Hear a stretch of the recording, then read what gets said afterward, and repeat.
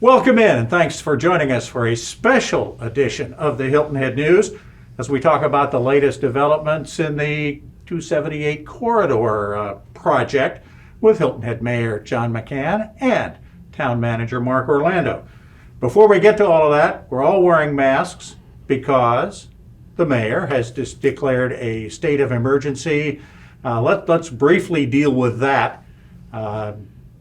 People don't have to wear masks. Let's cover what Sure. that state of emergency really means. The state of emergency was designed to let people in the community know that we understand the problem, we're keeping track of the problem, and that we want to make some changes, and those changes being that the council members can dial in for virtual meetings as opposed to all being here.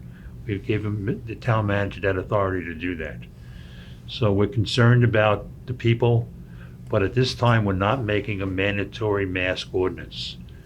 The ordinance will be to request people to wear their mask, to do what they need to personally contribute towards the health of the island and health of themselves, to go back to practicing social distancing, and all the stuff we started out with. None of it has changed. The only thing is now the numbers are getting higher. There's more and more people in the hospital. Hospital's pretty crowded. The county is more crowded than we are with the hospital over in Beaufort. But we're concerned and upset about what's going on.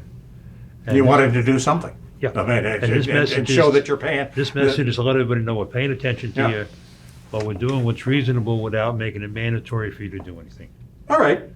Although in the meantime, you should be wearing masks indoors, and particularly in town-owned facilities, correct? Yes, absolutely. Fire stations? Fire stations. So with this Town emergency order, it's given me some real confidence to request and require masks in public buildings. And we only have about 4 buildings that were open to the public. Okay. Our fire and EMS are already wearing masks in the station and around each other. Our employees were already wearing masks around each other. The only real difference with this emergency order is it allows me to ask those folks that are coming into council chambers or conference rooms for meetings that when you're inside our building, please wear a mask. Not much different than most places of business. As I arrived here today, you all had some masks on because you wanted to. And so it just lets me in a public setting have that requirement and expectation. Yeah, and again, in the meantime, everyone coming into town, going to the beaches, using the great amenities that the town of Hilton Head has, just be smart, right? I mean, that's pretty much, you're on it, and we're not mandating anything, but you're just asking for some cooperation. And our businesses are starting to require people to wear masks to come in, the big stores, the big box stores, and we hope the small ones will. And the more the residents do it, the more our visitors will see what we're trying to do, and the visitors will catch on very, very quickly too. Okay.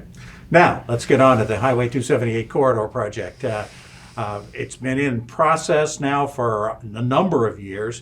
Local groups getting together. You had a commission kind of local folks get together and say to the Department of Transportation, this is what we want. And then the Department of Transportation came back, and now we're going back to them. That kind of, in a big picture, summarizes it fairly appropriately, I guess. The Department of Transportation, though, wanted to limit the impact on the Gullah community and the Gateway.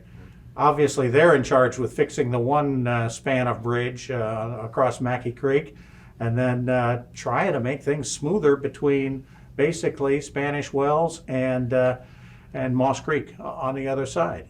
What they came back with, if I'm correct, is a pretty transportation-like way of getting there. A lot of concrete and did the things that you kind of asked for, but then you guys wanted to take it a little further, I think, in Sure, I mean, first of all, making it a gateway. the one thing that's really important is this project goes from Moss Creek to Sea Pines.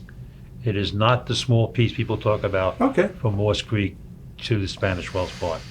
I mean, that traffic coming over there has to end up someplace, and it ends up in Sea Pines. And the other thing is, this is about safety. It's not about the speed of the highway. Whether Bob gets there in 17 seconds faster than before, no one really cares. But I mean, it's about safety and it's about moving people, but in a very, very safe manner.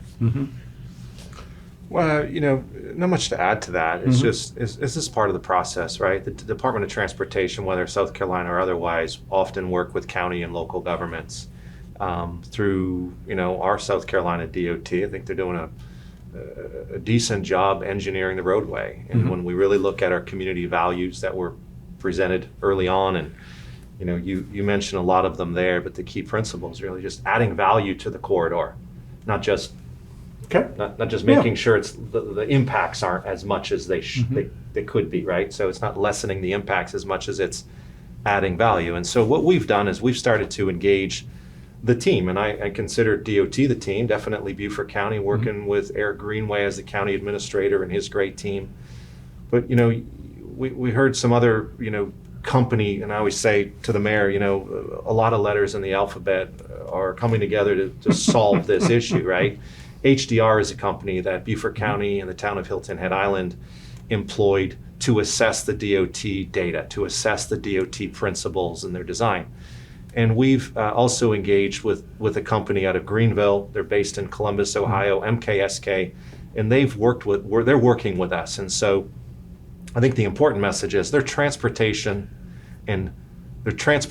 planning experts, right? They're corridor planning experts. And so what we're doing is really planning that corridor, the corridor the mayor alludes to from Moss Creek to the Sea Pine Circle. Recently, I was in a separate meeting where trying to assess the impacts to the Sea Pine Circle after the closing of the toll booths. And so we're doing traffic counts ourselves, and we're really trying to add those puzzle pieces together to make sure that the gateway, and I call it William Hilton Parkway, I really do. I don't call it US 278 as much. Sometimes I slip and catch myself, but I really like to think of our parkway as William Hilton Parkway, and to the mayor's point, from Moss Creek to Sea Pine Circle and beyond. And so I think that in time we'll have a more formulated position from that team. We're waiting to hear back from the DOT with all the public comments. And I think once we hear what those comments are, I want to come back and share them with you. Absolutely. Yeah, we're going to talk about those in just a moment. To briefly, and it's way too briefly, but for those of you who have not gone onto the website, and the website, sc.278corridor.com, and it's SCDOT, because I get that wrong all the time. Go to that, and they actually have a simulation of what a drive from Bluffton across the bridges onto Hilton Head Island looks like.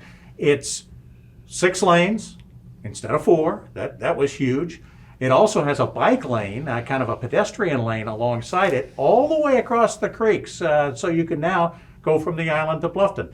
It comes onto the island at Windmill Harbor, stoplight at Windmill Harbor, and a new stoplight also at Old Wild Horse Road. No left turns at Windmill Harbor, and no left turns coming back toward Bluffton at Spanish Wells Road. That's kind of the gist of where they went to try to improve traffic flow. Public got a chance to look at it. They said, you can do better. We'll see how they did better when we come back. We'll be back in just a few moments on this special edition of the Hilton Head News.